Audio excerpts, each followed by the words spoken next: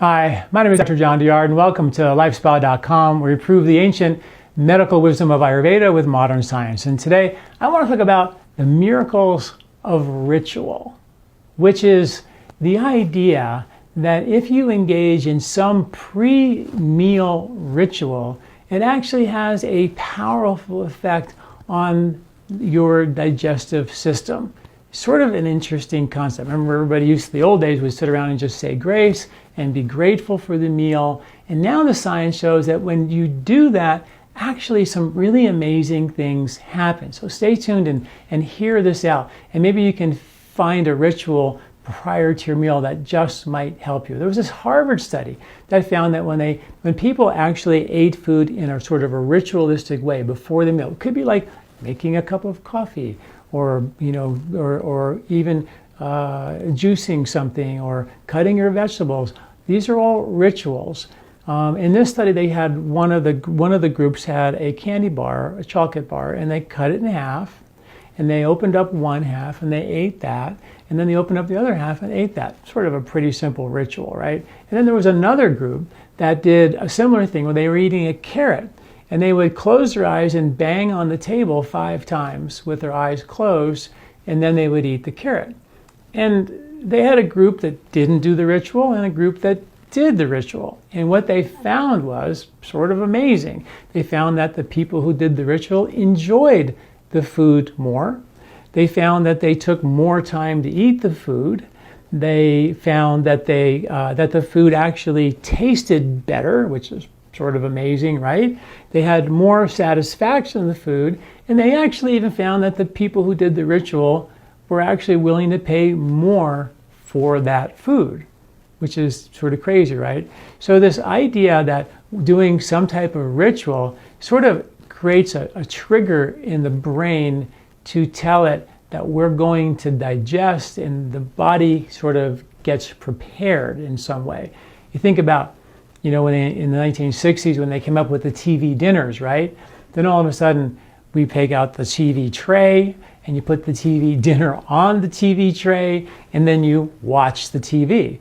And your brain is watching the TV, right? So now, and God forbid it's a violent kind of a thing, so your brain is involved in this movie, and oh my God, and then I'm eating this food, or at the movie theater eating popcorn, and all of a sudden your stomach goes, whoa, where'd all this popcorn food come from? It had no idea that we were in digestive mode because I was in movie watching mode, in TV watching mode.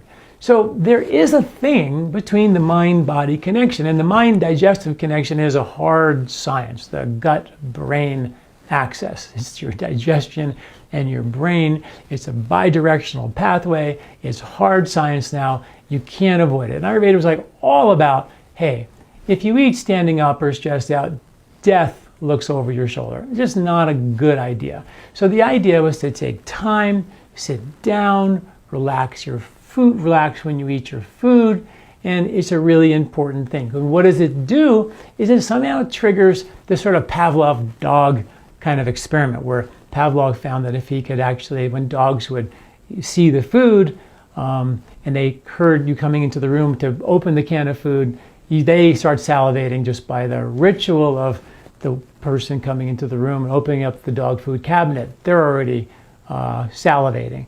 So he did that with a metronome. Every time he did that, he had a metronome coming in, and then eventually just put the metronome on, and they were all salivating, never even got near the dog food to open it to them. So we become very ritualistically triggered to beginning to digest our food just by habit, just by the ritual itself.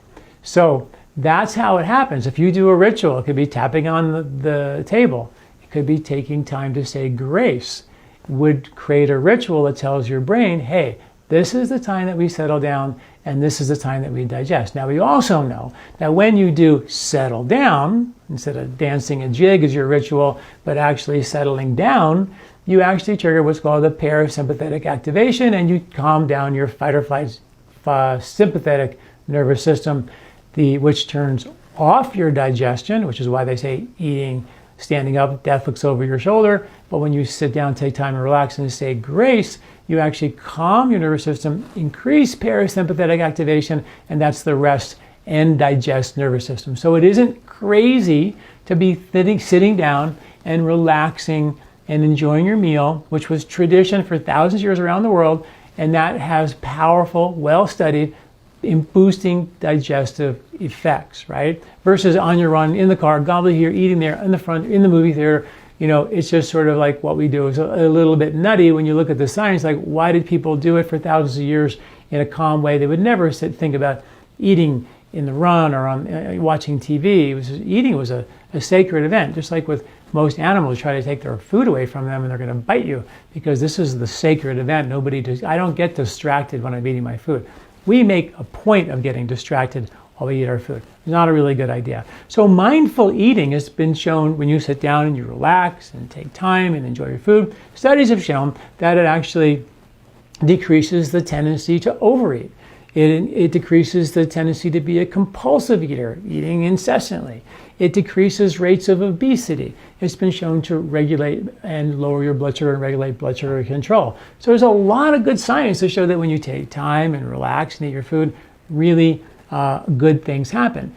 These are, in Ayurveda, we call behavioral rasayanas, which are like medicines, or behavioral exercises that actually have a powerful effect on your microbiome.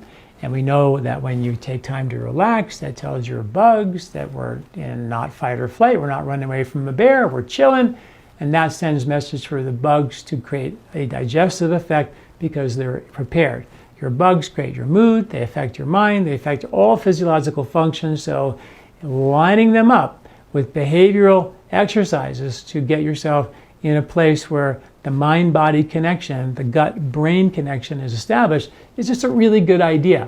It affects you epigenetically. These, what Ayurveda calls Saatvik behaviors, being calm and relaxed and peaceful while you eat your food, are called Saatvik behaviors, and they actually have an epigenetic effect. Studies show they literally change the genetic code.